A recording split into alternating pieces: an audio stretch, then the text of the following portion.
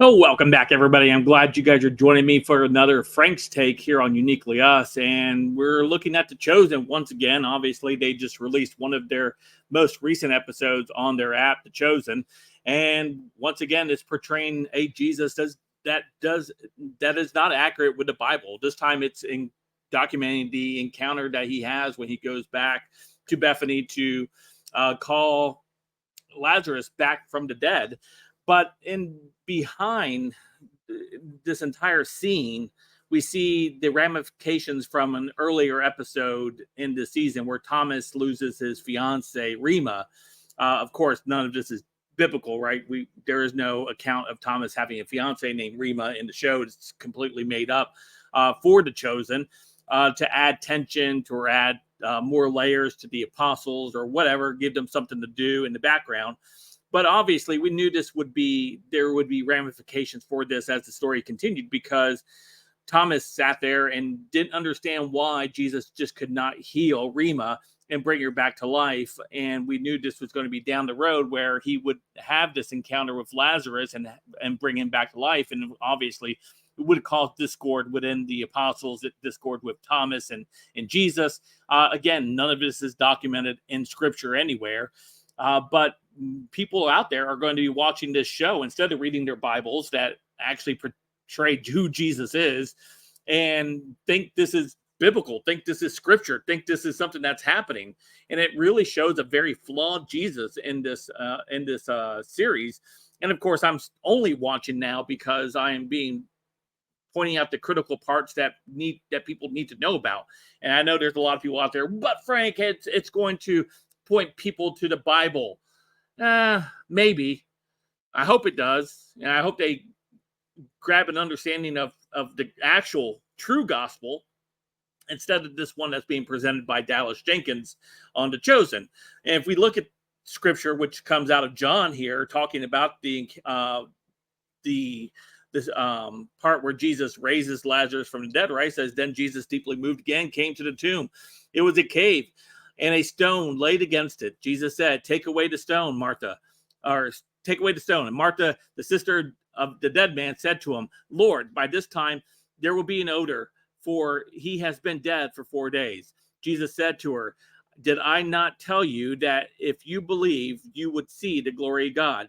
So they took away the stone, and Jesus lifted up his eyes and said, Father, I thank you that you have heard me. I knew that you always hear me, but I said this on account of people standing around, that they may believe that you sent me. And when he had said these things, he cried out with a loud voice, Lazarus, come out. The man who had died came, excuse me, the man who died came out, his hands and feet bound with linen strips, and his face wrapped with a cloth. Jesus said to him, unbind him and let him go. And of course, this whole episode's wrapped around this one passage here. However, in the background of this entire thing is Thomas struggling with the fact that Jesus just raised Jesus's friend back from the grave, whereas Thomas now will sit there and say, why did he not do this for the love of my life, right? And of course, it's once again Dallas interjecting things that aren't in scripture into this show, where people will now look at this show and say, wow, Jesus was very callous toward his disciples. He couldn't even raise Thomas's fiance from the back from the dead, right? And that's what obviously would be fueling that conversation. And of course, to The Chosen's credit, they do put a disclaimer at the very beginning of their show, but that doesn't change the fact that this show is being viewed by so many. Of course, don't forget that it's backed by Disney now and other major Hollywood productions. So obviously there are elements within this thing. And in the very beginning of this show, in the very beginning of this episode, I should have started with this, is a scene where an older Matthew is traveling to go see Mary Magdalene. Again, nowhere in scripture that this is discussed, but anyway, it's them taking liberty with this stuff. And he travels to go see her, and she's hiding out in this cave. And Matthew had just finished writing the Gospel of Matthew, and he wants her to read it first and give her feedback to him, as stating, if somebody's giving feedback to you, that might give you the might give you the impression that Matthew then had to go back and rewrite parts of the gospel based off of Mary's feedback, right? That's what this whole scene kind of gives off the vibe.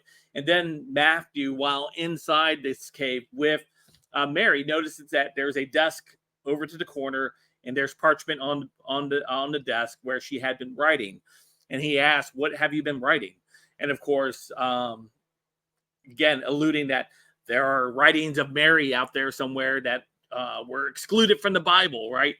And again, this is just all more of Dallas Jenkins inventing things that were not recorded in the scripture, and of course will cloud the gospels even more. Instead of actually drawing people to the gospels, people will take this as gospel. And that is why it's so important for us to continue to point people to the real truth, the truth of Jesus Christ, which is in the actual Bible, right? Not Dallas Jenkins' show, The Chosen. Anyway, let me know if you guys have been watching this. Have you been watching it with more of a critique eye? Let me know in the comments down below. And until next time, I will see you guys a little later. Have a great and wonderful and blessed day. See you guys.